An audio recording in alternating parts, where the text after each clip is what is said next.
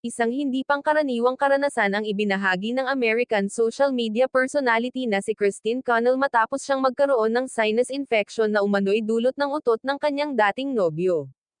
7 taon na raw na pinahihirapan ng malalang sinus ang Amerikanang si Christine Connell dahil sa nakuhang infection sa ilong noon pang 2015. Ayon kay Connell, nangyari ang insidente noong 2016 habang siya'y nakahiga sa kama at ang kanyang ex ay nagbibihis. Bigla raw itong napautot at tumama mismo sa kanyang mukha. Noong una ay tinawanan lamang nila ang pangyayari, pero ilang araw ang lumipas ay nakaranas siya ng matinding pananakit ng ulo, baradong ilong, lagnat, at paulit-ulit na sipon. Ilang araw ang lumipas nang magsimula na nga siyang makaranas ng mga sintomas ng iniindang karamdaman kabilang na ang nasal congestion, sipon, lagnat at matinding pananakit ng ulo.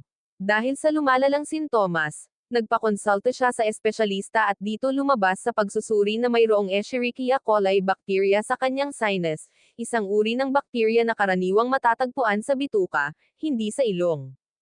Paliwanag ng doktor, posibleng dahil sa mahinang immune system ni Connell ay nakapasok ang bakterya sa kanyang respiratory system mula sa exposure sa kontaminadong hangin. Dahil dito, kinonsidera ng doktor na operahan siya at tanggalin ang parte ng ilong na may impeksyon. Payo niya sa lahat huwag baliwalain ang mga sintomas at habang maaga pa, magpatingin na agad sa doktor para hindi na lumala. Sinabi rin niya na kung maaari, iwasang ututan ang kahit na sinong tao baka mangyari rin sa kanila ang sinapit niya.